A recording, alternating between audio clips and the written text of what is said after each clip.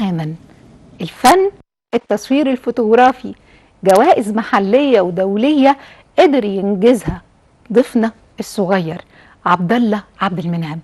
لما بتشوف صوره هتندهش من النضج المبكر اللي بدأ ينتجه بشكل منظم من 2021، من القصة المصورة والتوثيق المعماري لمسجد أحمد ابن طولون أو مسجد الفتاح العليم بالعاصمة الإدارية أو الوجوه أو مولد السيد البدوي.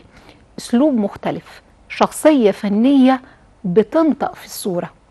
ابتدى حوالي سنة 2019 وكان بيصور بيه الموبايل، ومع أول كاميرا اشتراها ابتدى يفكر في الموضوع كهواية مهمة جدا وكعلم.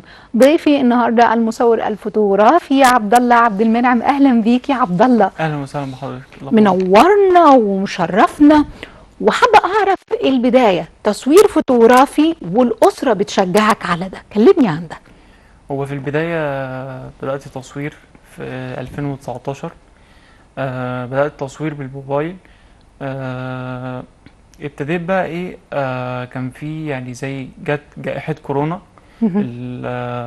في 2020 تقريبا.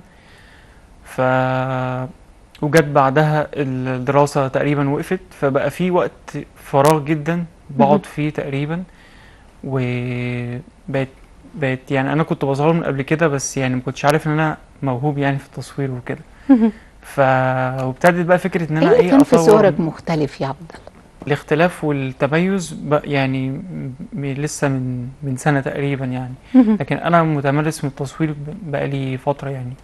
بس واللي ساعدني اكتر يعني الفترة اللي فاتت في بدايتي يعني اهلي طبعا واصحابي، يعني ان هم كانوا بيساعدوني يعني وكده. بيساعدوك ازاي الاهل؟ الاهل من ناحية التشجيع مثلا والحاجات دي. يعني مثلا يعني كانوا حتى يعني انا بشوف صور انا كنت بصورها زمان، ومش بقول ايه ده، انا كنت بصور الصور دي وحشة قوي. ايوه. فاللي هو يعني ومع ذلك اهلي كانوا بيشجعوني. فاللي يقول هي لك لا يعني حلوه فيها اللمسه دي بتبقى يعني انا بشوف عليها بقول صور وحشة خالص، لا بس لا يعني اهلي كان ليهم دور كبير جدا في جزء ان انا اطور من نفسي واوصل يعني لدرجات احسن يعني. انا ملاحظه لما قريت الحاجات الخاصه بيك انت مهتم بالجوامع. احمد ابن طولون، الفتاح العليم، برضو مولد السيد البدوي. ليه الاهتمام بالحته دي؟ في البدايه ليه صوري يعني كلها في المساجد وكده. دايما بيسموا القاهره مدينه الالف مأذنه. فدايما اكتر حاجه مميزه في القاهره هنا والاماكن يعني اللي بنروحها مليانه تفاصيل مبهره بجد، وقد ايه الناس اللي بنوا الحاجات دي يخلينا اكتر نقرا عن تاريخهم، والحاجات دي بيخلينا اكتر نندمج مع التصوير واحنا بنصور الصورة والكلام ده. زي مثلا شارع المعز، الاماكن التاريخية، مسجد محمد علي، القلعة، مسجد احمد بن طولون. ده احمد يعتبر ابن طولون زرته كم مرة قبل ما تبدأ تصويره؟ هو او اي مكان بتزوره كم مرة؟ هو اي مكان بفكر اعمل منه مثلا مشروع مثلا كصور وكده. في البداية يعني بروح المكان كذا مرة، يعني عشان أطلع منه، عشان أتغذى بصريا كويس من المكان. لأن طبيعي أي مكان بروح أول مرة بنبهر بيه. تاني مرة تالت مرة نسبة الانبهار مش بتكون طبعا زي أول مرة.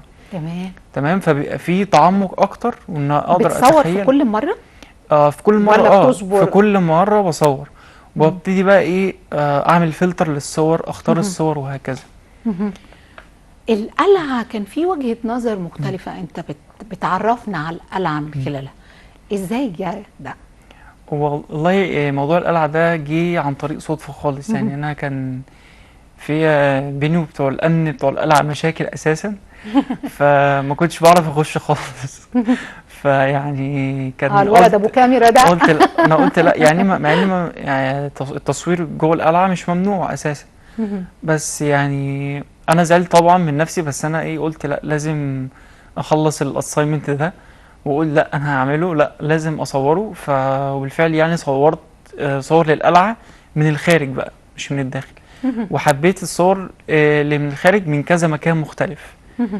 فكانت الصور وجهة نظره مختلفة تماما عن القلعة غير بالظبط. من جوه. بالظبط. يعني العقدة دي عملت حاجة أحلى.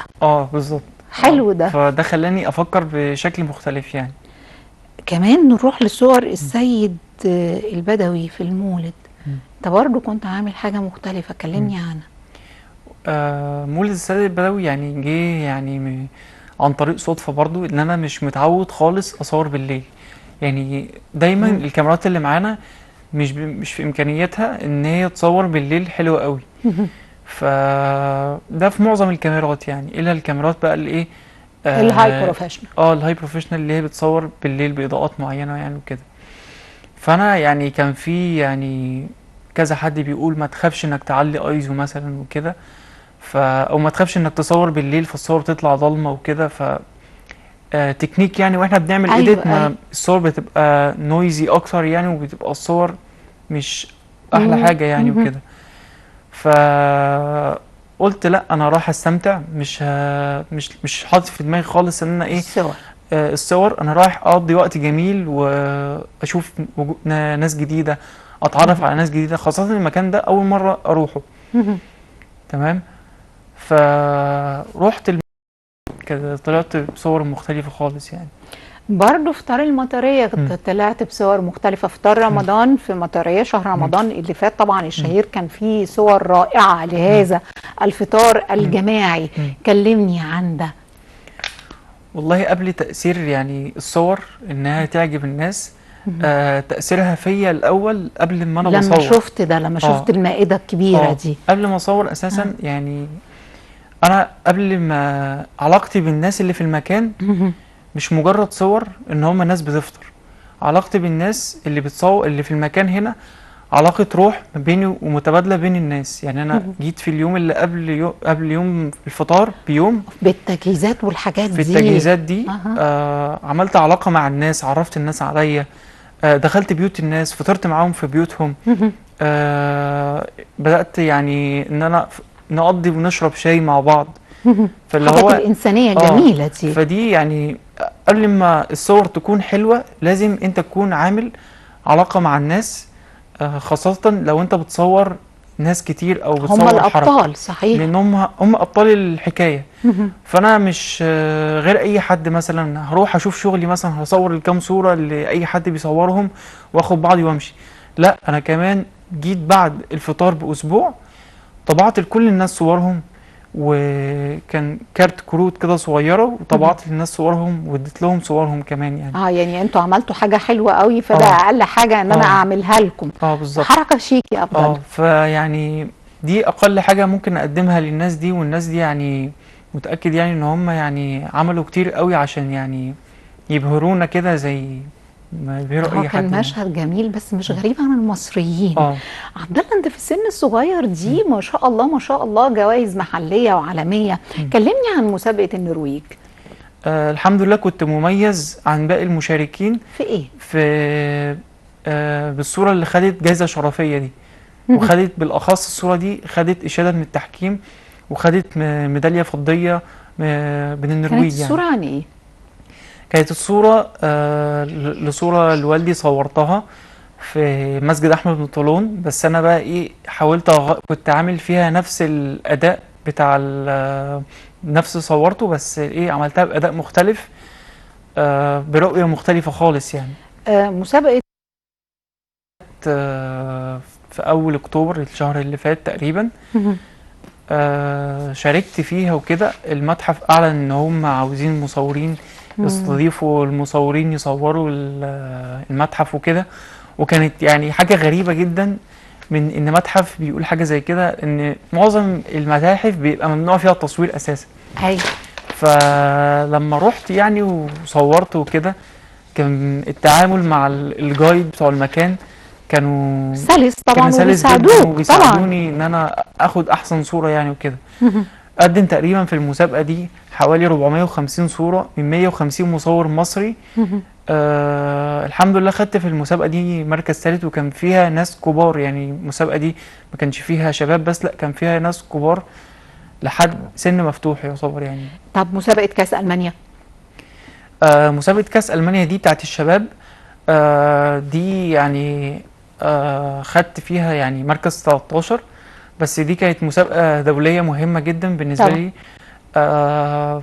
المسابقة دي شاركت بيها في صورتين، صورة اللي في القلعة من جوه، وصورة تانية للصورة برضو بتاعت والدي الشهيرة، يعني هي دي. الفئة بتاعت اه احمد ابن طولون. بالظبط. بابا وش السعد عليك. بالظبط. استاذ محمد عبد المنعم، استاذ محمد عبد المنعم، اه وش السعد عليك. بالظبط. حلو جدا. طب برضو في مم. صور لمسابقة ابوي العالمية، مم. ودي صور الماكرو، مم. كلمني عنها. هي صور الماكرو يعني آه جت يعني في وقت يعني انا ما كنتش بصور فيه ماكرو خالص، يعني انا ما بصورش ماكرو. فدي كانت مسابقة تبع انجلترا يعني وكده. فجيت قلت ليه ما شاركش في المسابقة دي، واحاول يعني اني اشارك يعني في المسابقة دي. طبعا جه في بالي مثلا ان انا بشوف صور الماكرو بتبقى الناس اللي بيصوروها في اوروبا صور لالوانات غريبة وحاجات، يعني بيصوروها حشرات صغيرة قوي، وبتبقى حاجات يعني صعبة قوي، يعني مش موجودة في مصر هنا. عملت فيها ايه دي؟ فانا اول حاجة جت في بالي ان انا في حد قال لي ممكن تروح الحديقة الدولية. الحديقة الدولية فيها يعني مكان مفتوح، متحف مفتوح للي انت عايزه بصراحة. بالظبط. وقبل الحديقة الدولية كان ايه حديقة الازهر طبعا في الاول. بس حديقة الازهر طلع دخول الكاميرا فيها برسوم عالية في جدا. كلام. برسوم عالية. رحنا صورنا ايه في الحديقة الدولية سريعا يا عبد الله؟ انا صورت في الحديقة الدولية زهور مختلفة يعني والحمد لله يعني زهرة كده صورتها لونها احمر، هي دي اللي خدت مركز سادس يعني في المراكز حلوة على فكرة بالنسبة لحد عنده 20 سنة يا عبد الله. المراكز حلوة قوي. أنا مبسوطة ومتأكدة إن بعد وقت قليل هتكون محقق مراكز أكتر عالمية. بس تجيلنا بقى تصور معانا ان شاء الله. المصور الفوتوغرافي عبد الله عبد المنعم. نورتنا وشرفتنا يا عبد الله. شكرا. شكرا لوجود شكرا. حضرتك معانا. شكرا. مشاهدينا، ناس عاشوا وماتوا، وناس عاشوا بجد بحب بإخلاص لأحلامهم، ناس سمعوا الصوت اللي جواهم، تأملوه، صدقوه. مش مهم التعب والعرق والشوك، سبحوا ضد التيار. ناس شافوا النور في الضلمة، نوروا بإرادتهم حتة في الكون قدام عينينا، استشرفوا بقلوبهم بروحهم بكرة اللي جاي. وصلوا لنقطة بعيدة محدش وصل لها قبلهم ولا بعدهم. شخصيات أثرت في حياتنا، ساعدتنا نشوف حلمنا دلوقتي. مع واحد من الشخصيات دي، وتحديدا المصور الأمريكي ستيف ماكوري. تابعونا.